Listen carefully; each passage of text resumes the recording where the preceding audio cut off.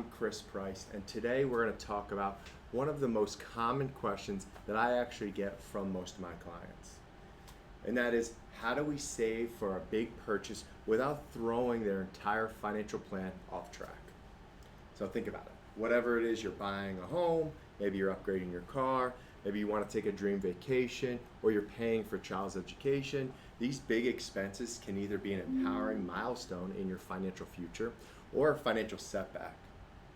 The difference is having a plan to attack these. So here's the truth. Saving for big purchases doesn't just happen by accident.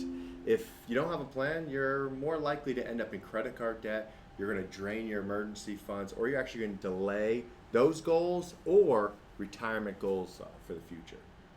But when you plan intentionally, you could get the enjoyment of these milestones. You could ideally do them debt-free, and your long-term financial health stays intact. So, the very first step is clarity. You have to ask yourself these three questions.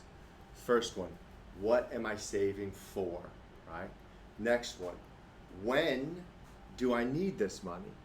The third one is, how much would it realistically cost? There are some costs we might not have thought of. Don't just say, I want a new car soon. Instead, say, I need $35,000 in 24 months.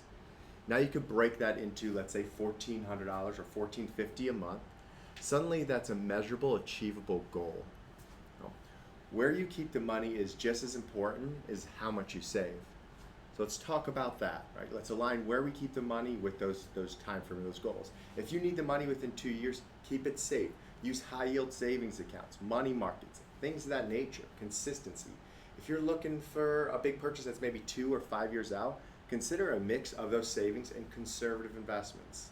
And if you're looking for something maybe 5 years out, you might want to diversify your portfolio into something that will capture some of the growth for that longer term. Think of it like matching the tools to the timeline. So here's one of my favorite strategies, and it's something I preach to everyone. Automation. When you set up automatic transfers, you remove the willpower from the equation. It's consistent, it's disciplined, it's forced progress. Right? So if you save $1,000 a month for 3 years, you'll hit $36,000 plus whatever interest that was making. That's a down payment on a home without tapping into retirement accounts or emergency savings. Now here's a mistake I see all too often. People raid their retirement or emergency savings for big purchases and make a reason or excuse for it. Don't do that. Keep these accounts intact. Big purchases should come from a separate bucket so they don't compete with your financial future, your financial security. It's very tempting to debt finance, but debt finance could be expensive if we didn't plan correctly. Let's give an example. Let's say you want to finance that $25,000 car at 7% for 5 years. You're going to pay about $4,700 in interest, which you might not have need to.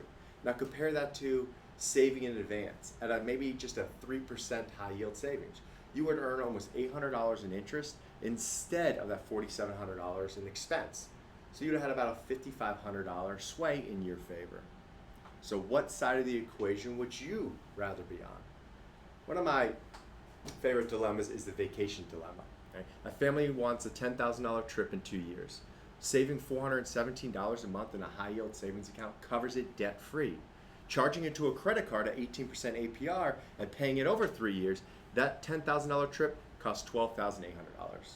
Or the down payment on a home. You need $60,000 in 5 years. Save $1,000 a month into a portfolio making 6% without touching your retirement. These examples show how strategies matter. Now, next question you get is, how do I speed things up? Well, maybe you could direct bonuses or tax refunds straight into these purchase funds. That's money that you got in a lump sum. Right? Cut unnecessary expenses, maybe subscriptions, dining out, impulse buying. Right? Maybe pick up some kind of side income, freelance work. Supercharge that process. Use extra money to fund those big purchases.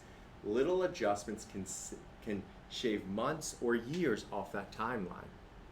Now let's tackle some of the top questions people ask about saving the big purchases.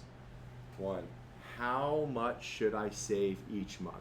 Well, divide your goals by months and then do the simple math. Each one's going to be uniquely different based on who you are and what those goals are. 2, should I invest short-term savings? So if it's less than 2 years, yes. If it's more than 2 years, maybe have different investments. What if I don't hit my goal? Well, if you don't hit your goal, maybe we need to increase that timeline. And can I use retirement savings? I hope everyone knows the answer to this question. Avoid this if possible.